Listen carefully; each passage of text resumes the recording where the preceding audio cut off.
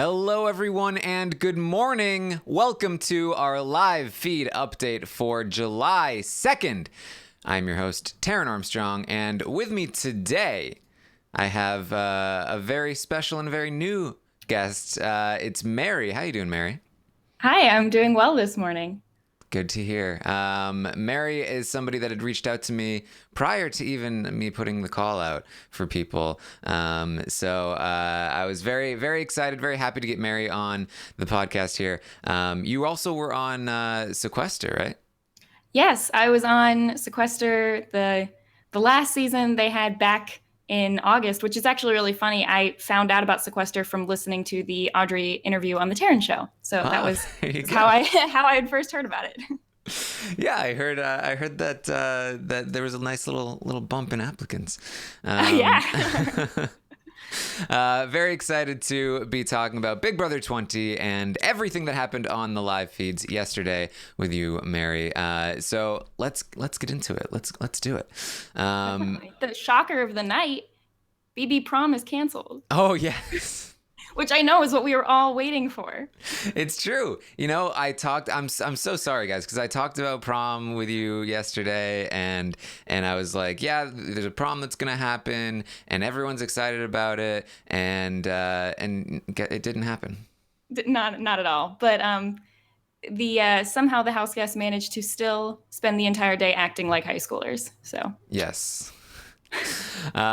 So to start the day off, we had Scotty talking to Swaggy. Scotty remains to be this sort of information leak. There's a lot of information leaks. I don't think there's any information that doesn't go immediately to the other side because Scotty's leaking information, Tyler's leaking information. It's all the information's getting leaked everywhere.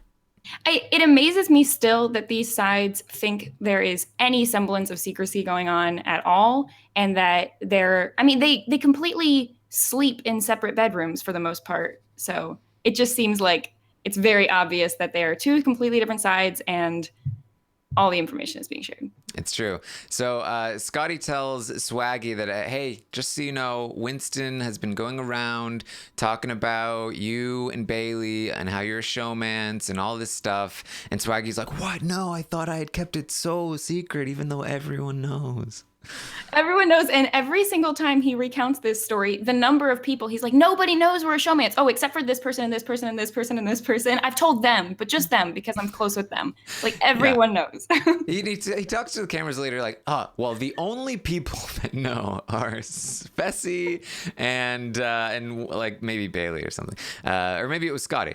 But I mean, he's like, oh wow, we gotta stop this. We can't have Winston telling everyone that I'm in a showmance because that it's so well hidden that if I nip this in the bud here, then it will be completely hidden.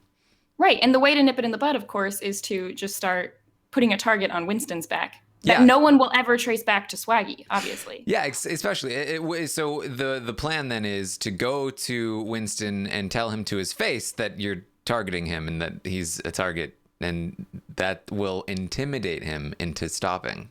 Yeah, Swaggy has this idea, and he's mentioned it a lot of times with Fessy, that oh, we're too big of targets. They'd be way too afraid to put us up. No one's going to put us up because I'm like, does he not know how Big Brother works? If you put up two big targets, one will probably still go home anyway. So just making your target bigger, unless you're Dr. Will, doesn't work. Yeah, and I mean his real plan is like all of the other side is my target and I can't wait to get rid of all of them. Like he's constantly talking, and we see this all the time, but you'd think that from a big fan of the show who's been watching since he was 10 years old that he'd know better, but he's just like, all we need to do is get out all of them. Right. Oh, And then all of us will just be in jury and we'll just be in the end and it'll be fine. yes. So that's Swaggy's plan. He wants to tell Winston, hey, watch out, people are targeting you, you're a target, and then Winston will just shrink into nothingness and stop talking about Winston and Swaggy and Bailey. Right, and Yeah. that he will then go after all of Swaggy's crew instead of Swaggy for some reason. Yeah, yeah. So that's the plan. He's going to implement that plan later on in the day, and Winston is just going to be like, "Okay, thanks." Like he's not going to care. Well, and I mean, Winston and Angela are already very aware that they appear to be the two bigger targets on their side anyway. And so I think that it almost makes it easier when you know you are the target because you don't have to worry, you know what's going to happen. So, Yeah, Scotty talked about it. He'd rather be stabbed in the front than in the back. right, exactly. Yeah. And it also amazes me that Swaggy and Bailey somehow think that people. He was talking about how, oh, we'll just talk about how we're like brother and sister, and yet when they're sitting around talking to people, they're stroking each other's arms and legs and not at all acting like brother and sister. Just because you're not making out in front of everyone doesn't mean that people don't know you have a showmance. Yeah, the brother sister thing is so weird to me because, like, he's obviously using that as his lie because it is based in truth, because that was his initial reaction in the diary room to say, "Oh, I love her like a sister." But it's just feels like when you're making out with her and then you're like, well, I initially thought of her as a sister, so it's a believable lie to say that we have a brother-sister relationship. It's just a little weird. And at least from my perspective, it seems like Bailey likes him more in terms of a relationship. And I'm not even 100% sure that he's not just, I think he's thinking showmance in terms of trending and in terms of, making good TV and that it'll help him in the game and not really in terms of how much he likes her. Well, he did say later in the day that she is his girlfriend now. So That's a pretty big word in the Big Brother house. Defining the relationship, man. And all he needed to do was ignore her for 2 days. And, oh, yeah, that's how you get him. Oh, God. So Sam is going to return to human form, and she's gonna, people have been really hard on Sam, and like I get why, like she's crying and she's not doing particularly great, but I feel like we shouldn't forget the massive, like having a disadvantage doesn't just like make. Like the definition of a disadvantage in this game is that it makes it harder to play the game well. So it's not surprising to me that she hasn't played particularly well to this point. Not to say that she's some kind of great player, but I do want to go a little bit easier on her than I would if she was just not a robot half the time. But I think she does a decent job today talking with people and bonding with people.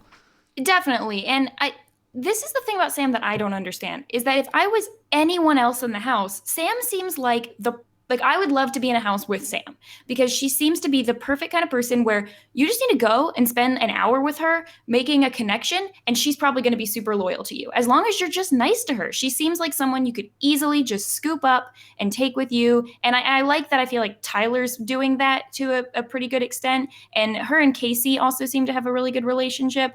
But it just seems like someone who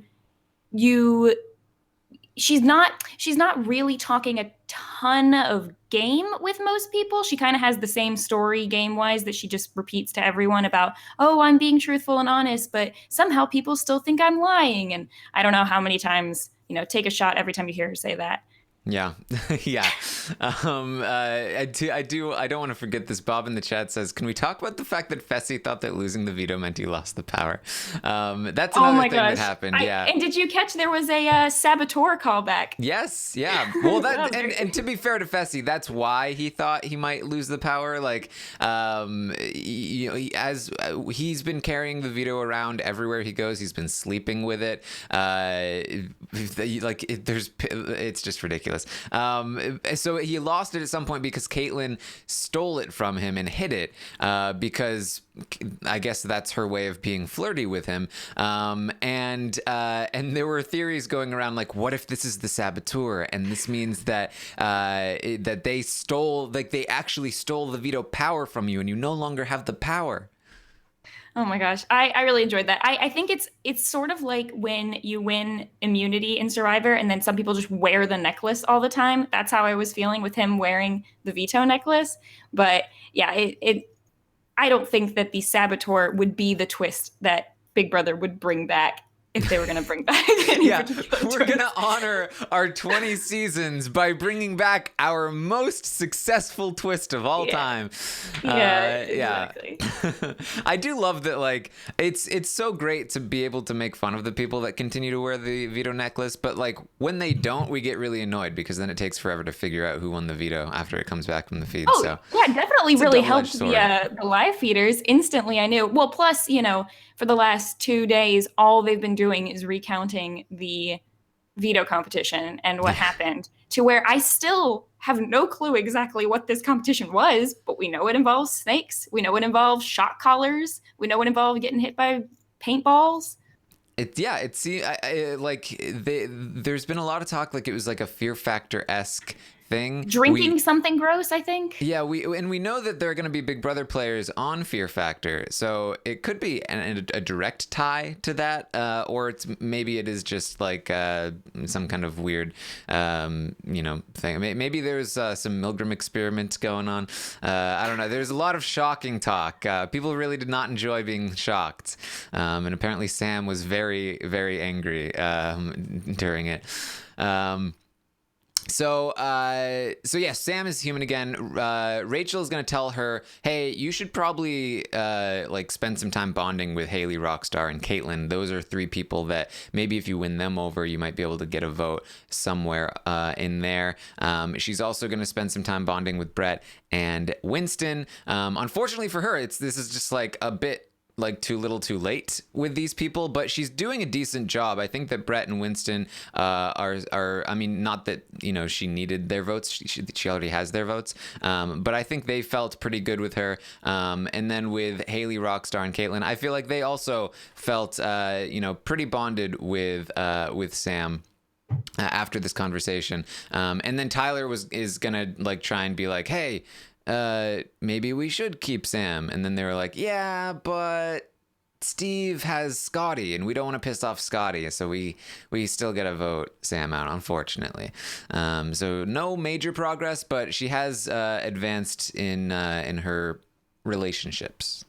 So in your opinion, does it make the most sense if they can't get the votes to keep Sam? Would it make more sense, especially from Tyler's perspective, knowing that she has the power, does it make the most sense to not vote to keep her and still pretend that the house is all together? Or if the house is so clearly divided, why not throw some votes at Sam just to make Sam more comfortable if she does inevitably stay or come back in the game? Or well, that's part of, so Sam and Tyler did have a conversation where Tyler was essentially promising, hey, no matter what, I'm going to make sure there's 6 votes to keep you, just in case someone from the other side, is going to switch over.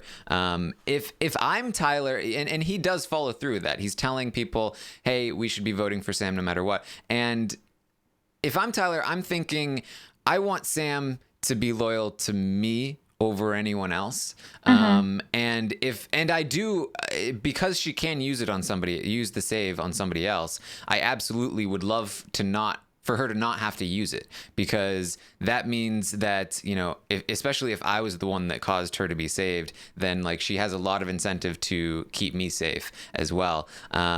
So I would be trying to convince people to like, hey, maybe we should be keeping Sam. But when it came down to it, if it was definite Sam is going home, or Sam is going to get voted out, she doesn't have the votes, then I would be like, okay, guys, you can maybe vote with that. Like, I wouldn't want a full 6 people to vote to keep Sam, because I want the group that she sees as very loyal to her that voted to keep her as small as possible, and also to just kind of obfuscate the other side's view of my side. I don't want them to see a full 6 block of people that like, oh, they all voted this way, you all voted this way. So that would be my plan, but I think Tyler's doing pretty well.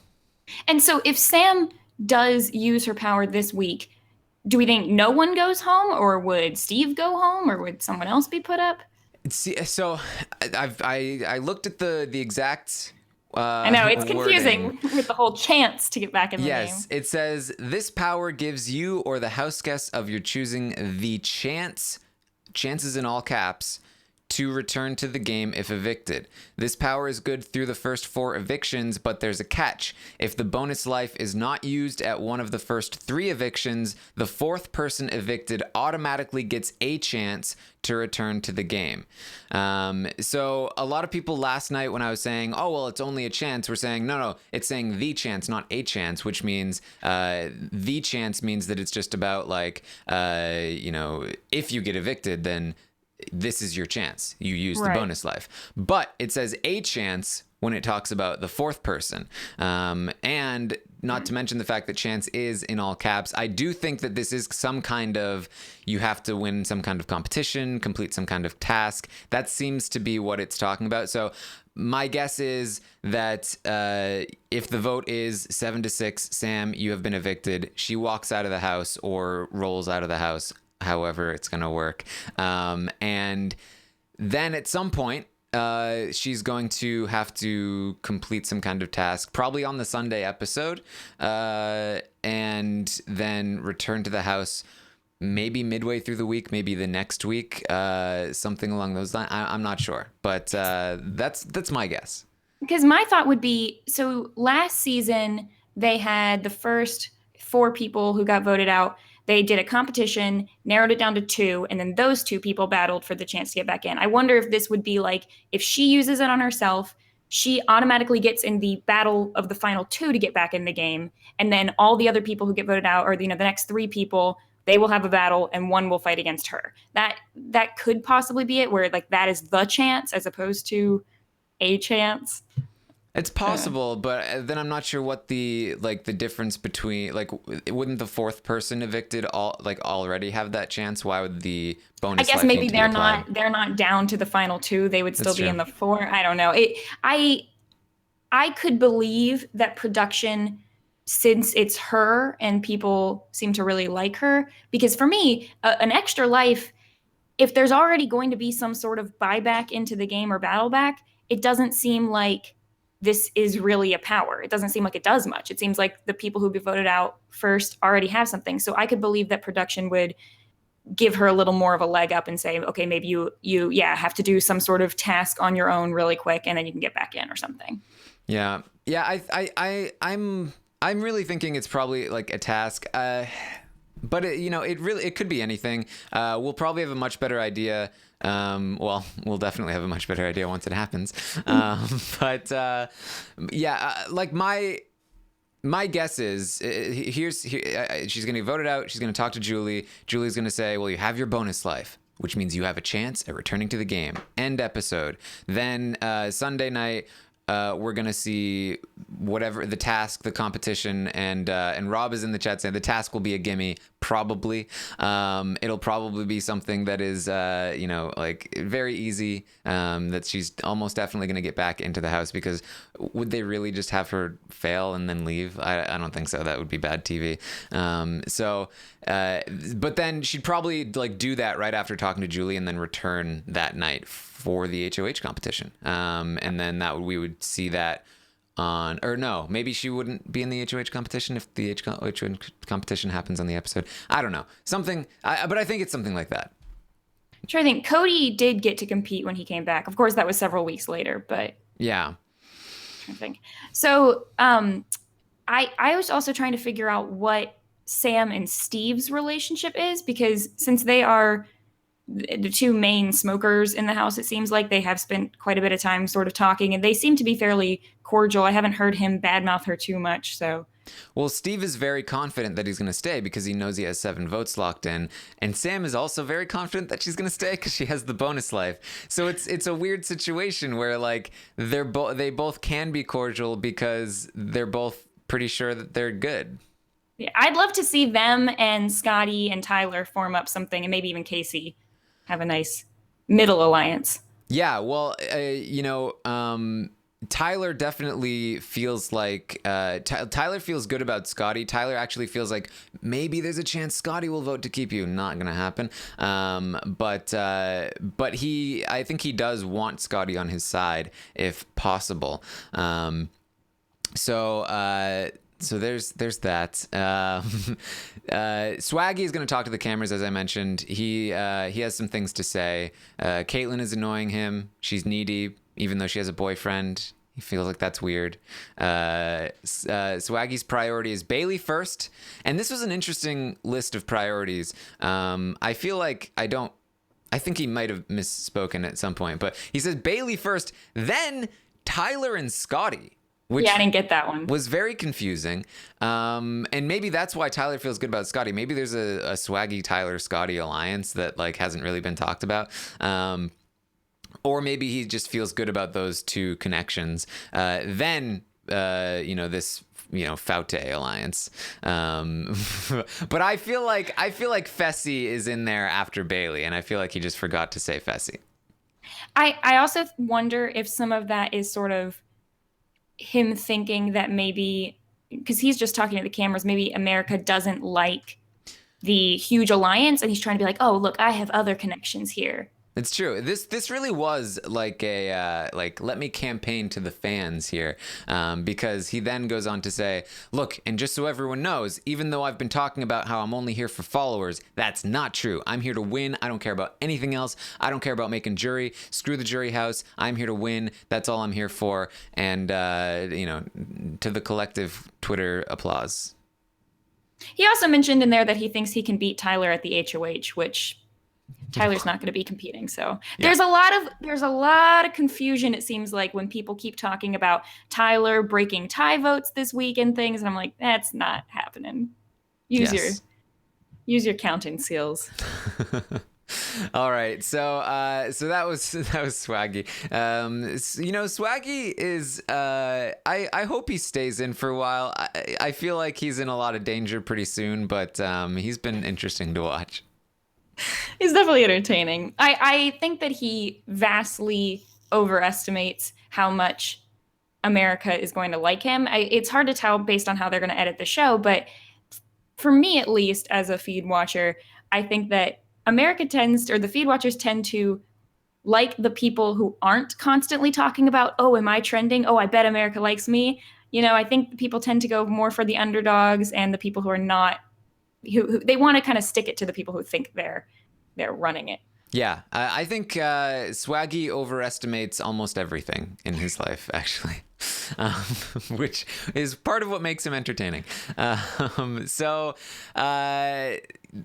there's going to be a lot of this love triangle / pentagon / hexagon stuff going on. Caitlyn, I talked about this a little bit last night on the podcast. Caitlyn talks about Haley being a flirt in front of Fessy, and then Bailey's gonna be like, whoa, Caitlyn, what was she doing? She's being a loose cannon. Fessy, you gotta keep Haley close. I can't have her running around. And so, somebody, I can't remember who it was. Somebody tweeted out Fessy is basically beast mode right now, and I feel like that is exactly true, because people forget that everyone encouraged Caleb to act the way that he did around Amber, to be possessive and oh no, tell her how you feel, and we have people like Bailey and Fessy no, keep her close. We need you to keep her, you have the keys to her heart. The only reason she's not showing you affection is because she doesn't want to offend Caitlyn, because she knows Caitlyn likes you, and this is just leading to a bad place. It's reminding me a lot of last season with Dominique and Mark and Elena, where with Haley, Caitlyn, and Fessy, where I think that Caitlyn has this, oh, he's my best friend, and wants that to be the tightest pair, and doesn't want him to have a closer relationship with Haley, much in the same way that Dominique did with Mark, which didn't work out for the best friend person as much. Yeah. It's interesting, and we're definitely going to get to see this play. This could be the death of Faute. Which I'm excited about when the two sides split up. I would love this to be a season where it only lasts a week or two. That'd be great. But Faute's, it's the greatest alliance of all time. How could you want it to dissipate? And I think on surface level, if you just introduced a viewer to here's the people in one alliance and here's the people in the other, and you said, which one do you think has more showmances and drama and whatever, I think people would probably think it's the one with the, you know, two bros and the girls. And I just think that they actually seem to have less going on in terms of drama inside their own alliance. This one is just, it's blowing up. It really is. I mean, say what you want about bros, but I feel like they don't often have a lot of drama. Yeah. Yeah. Until we get to late at night, there's some really great drama. So Fessy eventually does not use the veto, as you guys know. This is then Sam and Tyler have the conversation. Sam has been told now by many people, like, oh no, don't worry, JC has the power, and if it's not JC, it's Brett, and she's just like, okay. Why do people think Brett has the power? That's the crazy one. I don't know. Like, people did say that he has been acting differently since the feeds turned on. So he could have been crazier prior to that. And then also people are like, I wonder like how much of an idiot the show watchers think you are. Like, I feel like when he's doing his crazy bro stuff, it's just like really making an impression on people, I guess. Like, they seem to really like Brett. Like, everyone likes Brett, and who would have thought? Yeah, I he fell so low in the draft. He did, you know. It's so like he's not quite what I thought Winston was, but Winston is a bit closer to what I thought Brett was. So that's unfortunate.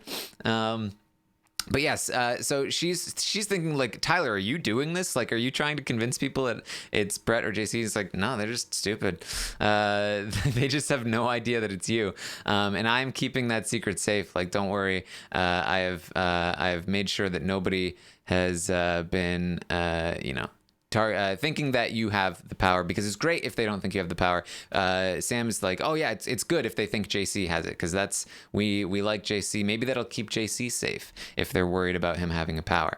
And Tyler also says, I want to keep you safe, so you don't have to use the power, and I'm going to make sure that you get your 6 votes no matter what. Yeah, and she talks about they have a conversation where they say, should we act like we don't like each other? Yes.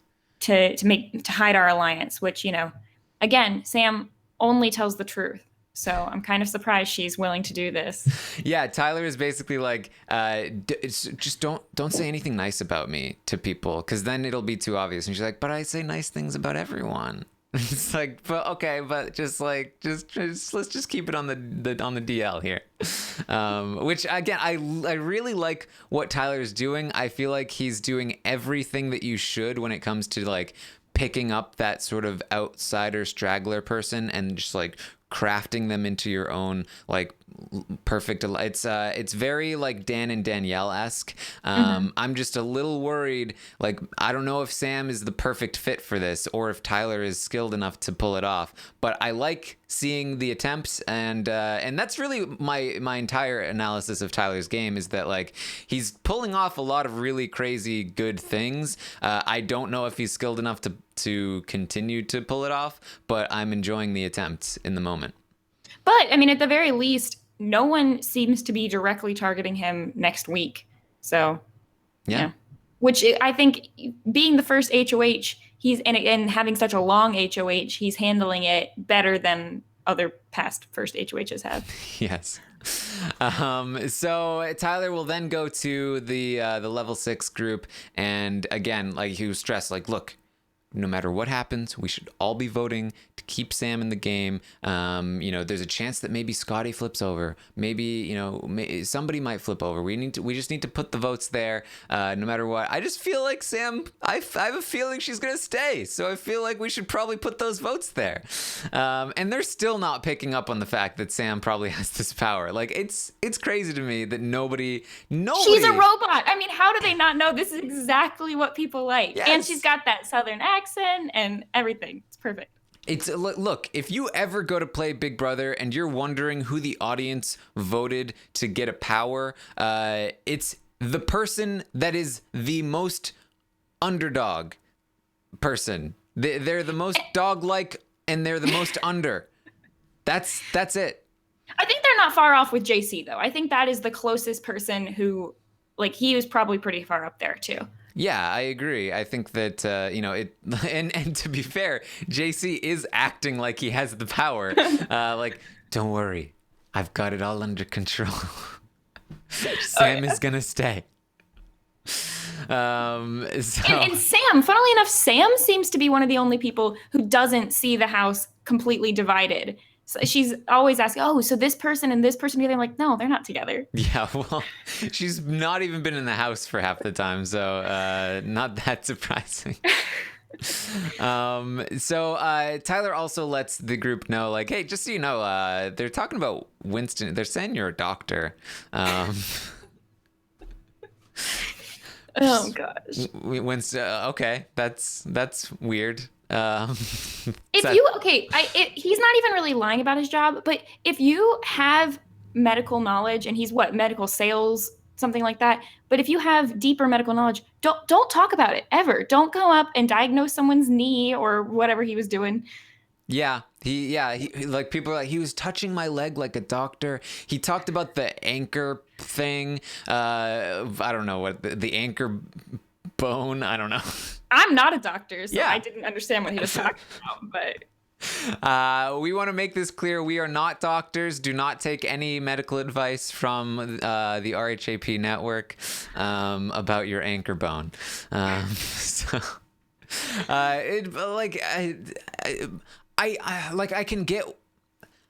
can get why people might think that Winston is. I do think he kind of gives off that kind of cocky surgeon, vibe.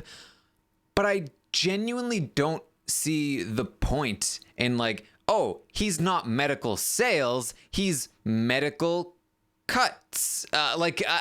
What's the difference? I don't, like, does anybody really care? Well, yeah, the main thing that they care about is the fact that there are several people in this house who are very preachy in terms of, I'm here for the money. He already has money. He doesn't need the money, because, Big Brother is only a game for people who actually need money, and the people who win are always the poorest and the most deserving. Yeah, that's that. I mean, it's how these game shows work. It is. Haley in the chat says, I think Taryn and Mary are lying and they're secretly doctors. That is why we are podcasting right now at this time of day. Oh man. All right. So then there's gonna be some more love triangle-y drama happening. This is when Fessy is gonna have a conversation with Swaggy, where Swaggy tells Fessy, don't worry about it. I heard the only reason Haley's not giving you attention is because Caitlyn is here and she likes Caitlyn too much. She doesn't want to offend Caitlyn, and here's what you need to do. You just need to ignore her for a day and then she'll eat you up. That's what I did with Bailey, and now we're boyfriend and girlfriend. Because Swaggy wants another. I mean, if he was smart, he would want more showmancers to take the heat off him. But it sounds more like he genuinely is trying to give advice. And it's like, Swaggy, do you want to be in a showmance or not? Which one are you trying to have here? Yeah. Oh, and talk to Caitlyn and tell her that you're her sister and see how she reacts. Yeah, you need to tell Caitlyn that, you're just friends, like, you're brother and sister, which means that you're gonna make out all the time, and it'll be totally cool. And so Fessy then proceeds to, he's like, yes, I'm gonna do it. I'm gonna ignore Haley for an entire day. And then he goes in and then he starts talking to Haley. Yeah, I think that he's a little bit booty blinded. Yeah, I think this is why people compared him to Beast Mode Cowboy, because, like, this is legitimately all he cares about. Like, he sees this beautiful girl and he has complete blinders on. Haley is all that he cares about in this game. Yes, and she's more pretty than Nicole. That's what he told her. Yeah. Which is, I guess the highest Big Brother honor. I'm not really sure. I mean, we all know that Nicole is the. I mean, I don't know. I guess is Nicole the prettiest? I don't know. I guess because Haley, like, is in the same kind of. They've got the big glasses and the blonde hair. I feel like that works. Does Haley have big glasses? She wears them sometimes. Hard to tell whether or not their prescription or not, but Yeah, so Haley and Fessy have this big conversation. Haley's gonna be like, "Look, you can't be telling me like I'm not doing anything that the other girls aren't doing," and Fessy's gonna talk about like all the things that I don't know. every conversation between the two of them is, I really like you. I don't know if I felt this way. Oh, that's nice. I like you too, but I'm still gonna hang out with other people. I mean, Haley, 100%. Whoever's HOH, if it's Tyler again, if it's Brett, if it's Fessy, she's going up to that room regardless. Yeah, and I will say Haley is very good at the like string people along kind of lines. Like she knows like what to say, like what to say to Fessy to get like keep him on the hook, but also like have plausible deniability about like we were talking about like what are you saying, like I can still flirt with other dudes though, right? Like that was totally cool. But I worry about her. I know a lot of people are higher on her than they thought they were going to be, but the thing that worries me about Haley is that I feel like it's going to come to blows between her and Caitlyn at some point in the inevitable time when level 6 has the power and someone from their side is going up. I think that Caitlyn probably would sooner throw Haley under the bus and try to get her out if she thought that, you know, that would help her. And I think that it would only take a couple conversations between some of the guys to realize that Haley could float to the end having connections with everyone. So it seems like they're all very aware of what she's doing, and I think this strategy really only works if she can somehow keep them all separate. Yeah, and you know she's done a decent job so far, but it's sort of like. It's funny because she has like this relationship with Tyler too, where like they kind of have talks a lot, and she is kind of like the like opposite version of Tyler, where she's also kind of playing a lot of people in her own way and in the middle of a lot of people, and I'm kind of wondering how long she can make that last as well. So it just takes one person calling her the devil in the red dress or something. Yeah. Oh, and one of the other things was that she and Caitlyn caught Fessy saying like the same line to both of them, because Fessy had kind of been into Caitlyn at first, and that's kind of why Caitlyn is still hung up on Fessy. And so again, like we talked about before, when Fessy is the one like you can't be flirting with other boys, but he had been like using the same line on two different girls. So. It's hypocritical, but, you know, I think you got to go into the Big Brother house knowing that, you know, perception's reality and they're going to act like this. And, you know, they're not at fault for thinking these things. I like Rockstar playing the mom in all of this. That's also really entertaining. And she keeps comparing Caitlyn to Danielle Donato and how she had a boyfriend at home, but seemed to be hanging out with the guys. And yeah, it's a deep pull for a house that usually has people that would not know who Danny Donato is.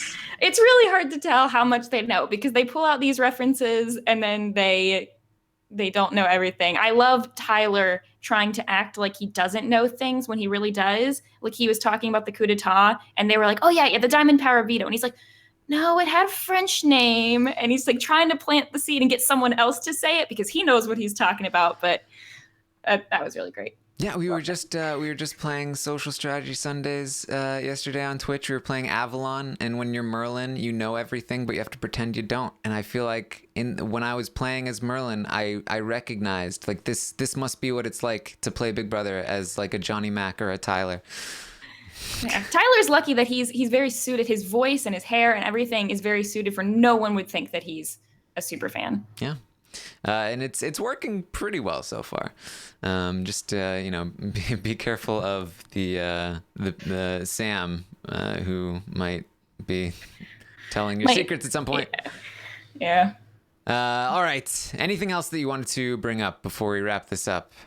Yeah. The other things I thought were funny were the Winston and Brett. They had this this epiphany at night where they were talking about, first off, they think it's a double eviction. They think, no question, it's been too long, double eviction. These house guests are the most antsy people in the world. I don't know if they've done the math and counted up how many people and how many weeks, and that there's probably definitely not a double eviction on the first vote. But they come up with, okay, if it's a double eviction, for some reason, they think Tyler is going to be in charge of picking the next have-nots, which I'm not quite clear on how they do that, but I don't think it would be the previous HOH. And so they come up with this great plan of, okay, we've got to get Tyler to pick Swaggy and Fessy to be the have-nots, and he's going to do anything. He's going to say, oh, guys, we can't let the girls be it. Let's man up. Well, I'll let volunteers, but guys, we really need to man up. And he's like, oh, yeah, JC, Steve, they're the guys. They're definitely going to immediately volunteer. We'll make them weak. They're going to be sleeping in these little things. And it's this brilliant plan. Probably 30 minutes to an hour, they went on just congratulating themselves on how brilliant of a plan this was. But there was a flaw in the middle where they had some math where they couldn't figure out how many guys were in the house. They're like, there's 7 guys. And they counted about 15 times and still kept coming up with 7 guys every time. And they're like, wait, are there 15 people in the house? Yeah, there must be. And they go, wow, I can't believe that there's more women than men that they would do that. Really, really quality stuff. Yeah, they are brilliant. They've broken the game. I mean, if it's almost unfair, sort of like how Caitlyn is able to predict the future. Yeah, definitely. And Winston says at one point, he actually calls this out. He says, church it up, which I thought was amazing because I had only ever heard Ben on Survivor say that. So apparently that's more of a phrase than I thought it was. Yeah, they were also talking about like, oh, what an advantage it is to have like our own little room to talk strategy. I don't think this is an advantage, guys. I feel like this is a disadvantage for you. And every single person in this house talks about how when they're going to, or all the guys at least on both sides say that when they're going to be HOH next, and they never talk about if. They're always like, oh yeah, I'm HOH next, in the bag. Haley also thinks she has it in the bag for some reason. But when they think that when they're HOH, they have their closed door policy, secret knocks, not letting anyone in. And yet they're saying all these conversations while they're up in Tyler's HOH. He's nowhere around. They're just chilling there. I'm like, y'all want to be in, but you want to close the door on everyone else. So that's great. All right. Well, I think that's all we've got for you then today. Thank you, everyone, for joining us. Make sure you keep subscribed to the Rob Has a Podcast feed because there's going to be some Eric Stein headed your way today. Very exciting. So, Matt Hoffman, Eric Stein, back to back. Then tomorrow you're going to get the LFC Roundtable, which is definitely just as good as those two guys. Lots of great stuff headed your way. We'll be back tomorrow morning at 10 a.m. Eastern to update you on everything that happened today on the live feeds, or that's going to happen today on the live feeds. Make sure you check me out on Twitch, Taryn Armstrong. You can follow me on Twitter at Armstrong Taryn. Mary, how can people find you? I think I am Frail Mary on every platform. So if you want to follow me on anything, there you go. I'll start tweeting for the first time. I like that. Frail Mary. That's good. Yeah, I'm Swaggy C. You just got to give yourself a nickname, market yourself with one thing. You don't have to tell people I'm this on Twitter and this on Insta, everything. Yeah, keep it simple. I would have loved that if there wasn't somebody that took my Twitter handle, Taryn Armstrong. Yeah, you just wait. BB21, Frail Mary t-shirts coming at you. Yes, I'll just start calling you Frail M. That works too. Oh my gosh. Yeah. No, they're stopping. They all want to call him Chris now. They're like, oh, we don't want to call him Swaggy C anymore. Yes, Winston was like, I am only going to call him Christopher. It's a Benjamin Wade all over again. All right. Thank you again, everyone, for joining us. I will see you next time.